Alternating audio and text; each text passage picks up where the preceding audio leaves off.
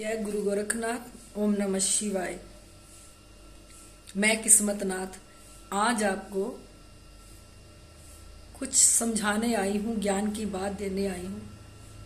देखो, हम लोग अपने बच्चों को स्कूल में भेजते हैं पढ़ने के लिए।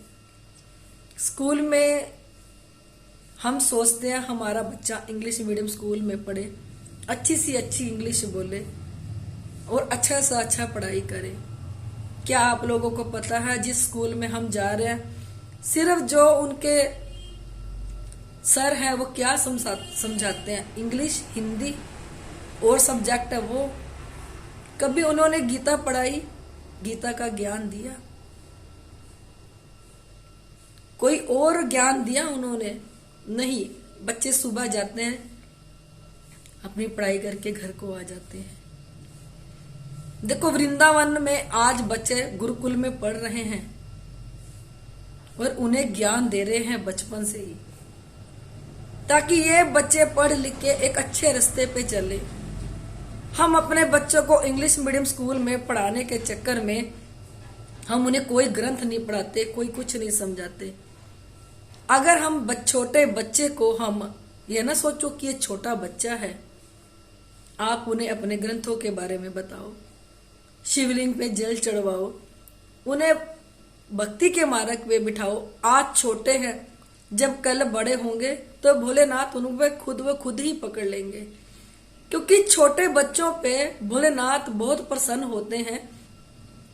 जो छोटा बच्चा बचपन से ही भक्ति की ओर चल पड़े तो उसकी बाजू पकड़ लेते हैं, फिर छोड़ते नहीं।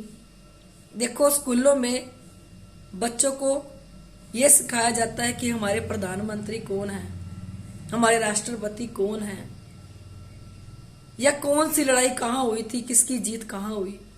क्या उन्होंने ये सिखाया इतिहास के बारे में? क्या उन्होंने गुरुओं के बारे में बताया? क्या उन्होंने ये समझाया? नहीं ना। अगर आप लोग भी अपने बच्चों को एक सही रास्ते पे नहीं पाओगे, देखो बचपन से वो बच्चे बिगड़ जाते हैं, गलत राह पे चल पड़ते हैं। आज छोटे से छोटा बच्चा देखो नशे की आदतों में पड़ा है। अगर हम अपने बच्चे को ज्ञान देंगे, शिक्षा देंगे, सीधे रास्ते पे डालेंगे, तो हमारे बच्चे एक नेक इंसान बन जाएंगे। देखो, पहले गुरुकुल हुआ करते थे, जहां गुरुकुल में बच्चों को बहुत अच्छी शिक्षा देते थे और बच्चा गुरुकुल से कुछ बन के ही निकलता था। आज क्या है? आज हम सोचते हैं कि बच्चा हमारा पढ़ लिख जाए, अच्छी नौकरी मिल जाए। आपको पता है आजकल नौकरियां भी नहीं मिल रही, बच्चे पढ़ लिख के भी धक्के ही खा रहे हैं। कम से कम उन्हें एक अच्छा काम तो सिखाओ कि अच्छे मार्ग पे डालो, भक्ति के मार्ग पे डालो, क्योंकि छोटे बच्चे को परमात्मा जल्दी अपनी तरफ खींचता है। बड़े होके तो अपने आप ही वो रास्ता दिखा देता है कि गुरु बना के अपना कार्य करो। क्योंकि अगर हम लोग ही अपने बच्चों को अच्छा ज्ञान नहीं देंगे, अपने जो भी हम देवी देवताओं को पूजते हैं उनके बारे में हम लोग उनको नहीं बताएंगे कि क्या थे, इन्होंने क्या किया, तो हमारे बच्चे देखो गलत रास्ते पे ही चल देंगे।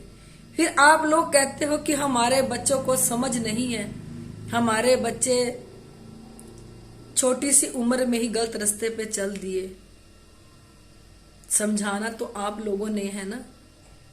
अपने बच्चों को अच्छी शिक्षा दो, अपने बच्चे को परमात्मा की तरफ ध्यान दो अपने बच्चों का, ताकि अब आपके बच्चों में अच्छे ज्ञान आए, अच्छे कर्म करें आपके बच्चे।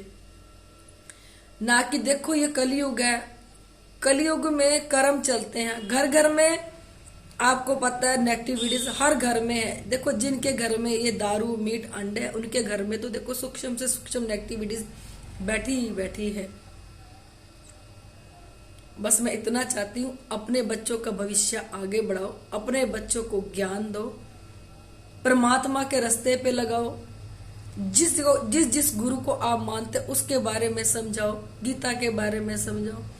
देखो, एक वृंदावन में एक बच्चा गया था, जिसके माँ बाप देखो उसको घर में पूजा पाठ करने नहीं देते थे। उस बच्चे ने अपने माँ बाप को ही छोड़ दिया। देखो, वो बच्चा खुद ही परमात्मा के रास्ते पे था। और मैं चाहती हूँ आप अपने बच्चों को परमात्मा के रास्ते पे डालो, ताकि आपका बच्चा एक बड़ा होके एक अच्छा नेक इंसान बने, कर्म करे, कर्मों के प्रति वो रखे। नहीं तो आजकल निक्के निक्के बच्चे हैं, जो छोटे छोटे बच्चे भी है ना, परमात्मा को गालियां दे रहे हैं, कह रहे हैं कौन है ये राम, कौन है ये कृष्ण, कोई भगवान नहीं है। बड़े भी हैं, बड़े भी बोल रहे हैं कोई भगवान भगवान नहीं होता धरती पे, सब ये चीज बोल रहे हैं। इन चीजों को बोल के अपने कर्मों को आप नीचे ना गिराओ। मैं कहती अपने कर्मों को बढ़ाओ।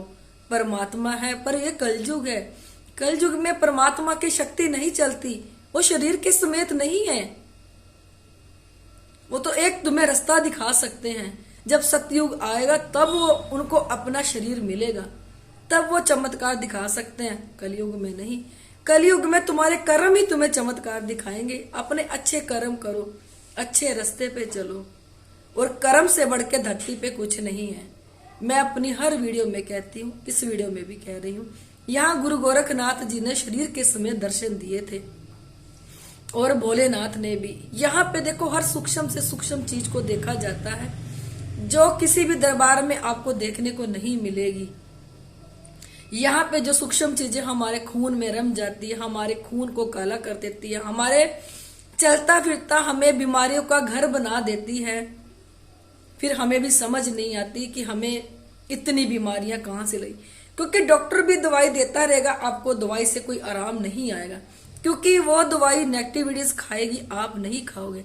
जब हमारे शरीर में सूक्ष्म चीजें या स्थूल चीजें आ जाती हैं, तो वो शरीर हमारा होता ही नहीं, वो शरीर उनका होता है।